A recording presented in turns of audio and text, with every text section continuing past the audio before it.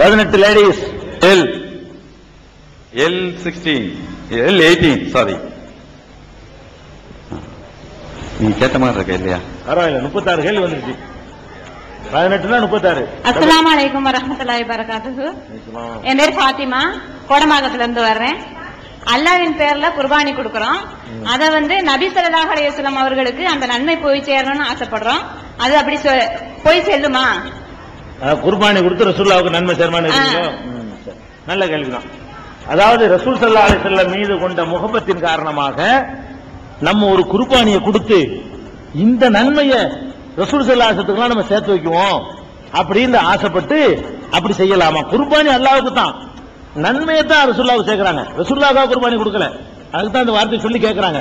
நாங்கள் குர்பானி கொடுக்கிறோம், இதை கொடுத்து யா அல்லாஹ் அந்த நன்மையை ரசூலுல்லாஹ்வுக்கு சேர்த்து வச்சிரு சொல்லலாமா? அப்படி இஸ்லாத்துல இல்ல. இஸ்லாத்துல இல்ல. ரசூல் ஸல்லல்லாஹு அலைஹி வஸல்லம் என்ன செய்யணும் கேட்கும் பொழுது அவங்க சொல்லிட்டாங்க, எனக்காக நீங்க துஆ செய்யுங்க, ஸலவாத் சொல்லுங்க. ஸலவாத் சொல்லுங்க. மன் ஸல்லா அலைஹி ஸலாத்தன் வாஹிதத்தன் ஸல்லல்லாஹு அலைஹி பிஹா அஸ்ரா.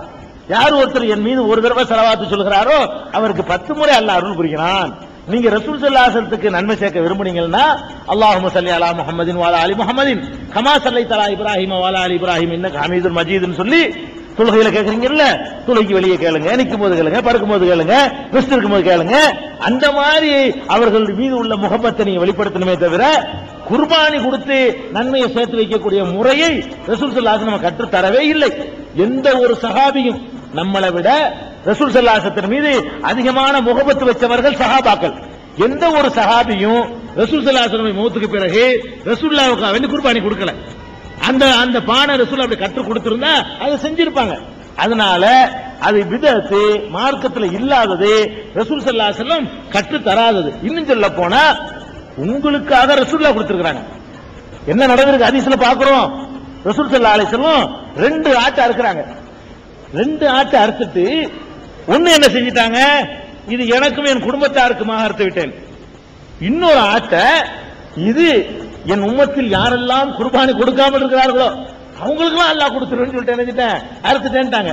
அதனால இந்த உம்மத்துல குர்பானி கொடுக்க வசதி இல்லாதவர்களாம் சேர்த்து ரசூலுல்லாஹ் கொடுத்துட்டு போயிட்டாங்க. அல்லாஹ் அந்த ஒரு ஆட்டுல பறக்கச் செய்வான். நம்ம கொடுக்குற ஆடு மாதிரி இல்ல, வணங்குதா?